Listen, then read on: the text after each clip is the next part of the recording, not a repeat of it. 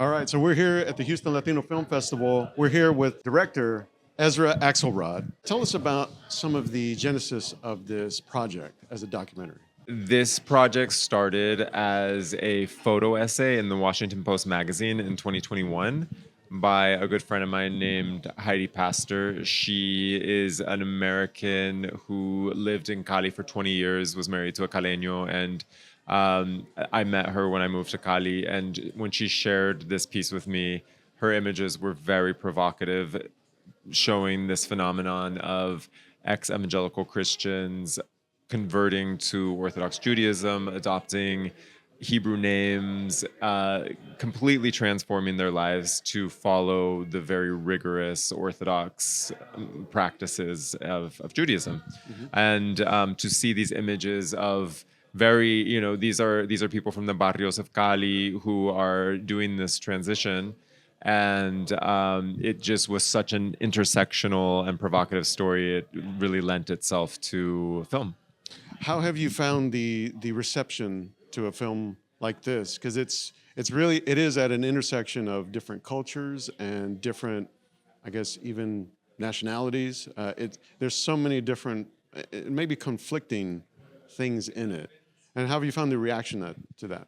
What excites me most about this film is how it takes a very the story of the Old Testament, which is very well known in Latin America. In the US, the number one bestseller in Spanish continues to be the Bible. So the Spanish-speaking audience is very familiar with the Exodus story and the kind of the plots of the Torah.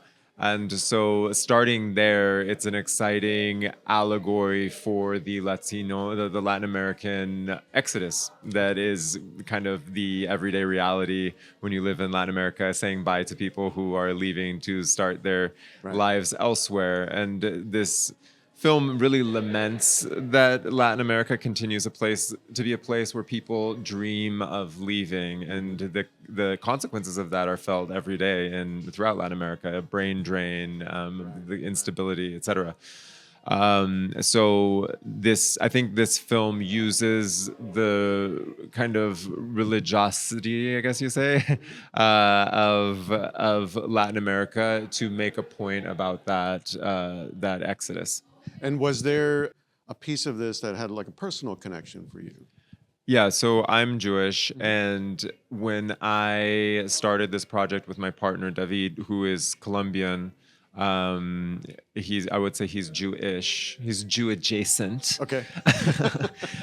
We've been together for 20 years. I was very, very focused on kind of assimilating into Cali culture, which is very difficult. By that point, it had been maybe 6 years that I'd really been focused on the Spanish, just the way of being, trying to figure out how to be let in and not feel like such an outsider. And then I came face to face with these protagonists who were trying to figure out how not to be seen as outsiders in the Jewish world. And so we immediately had this connection where it was like, you learn from me, I'll learn from you. And that continues to be very much a basis of a relationship. Is there anything that I think for audiences who watch this film and they maybe see this sort of narrative that plays out in real life for people, is there anything you think they should take away from this? Well, I think that what Iska Menahem's story encourages us to do is to see identity in a much more nuanced light. There are many things about Iska Menahem's beliefs that maybe are very unpalatable to a lot of people, but when you get to know them and you connect on a personal level to their dreams, to their family dynamics, to the love that they have for each other, and to their commitment to their faith, I think that you start to see that all of us have this tendency to just write off people who are different from us, and more than ever, that tendency is becoming dangerous. It's becoming detrimental to our ability to function as a society. And that's what I love about this story. That's what I love about Iska Menahem, is that they encourage me to interrogate my own prejudices, and the way that I, before this project, wrote off religion, wrote off faith, really had a lot of rejection of religious people. And So there was maybe a bit of enlightenment just going through the process of making the film. Yeah, Is that? Okay. yeah. Oh, wow. Okay, great. So we're glad to have you here at the festival. And you were here in the screening, right? Yes, that's correct. So you did the Q&A? Yeah. Did you get a great reaction there? How was your screening? How did it go? Well, something that was really gratifying about this screening, so Torah Tropical has played at quite a few Jewish film festivals, and it played at the Cali International Film Festival, where it won the Audience Award, which was really great.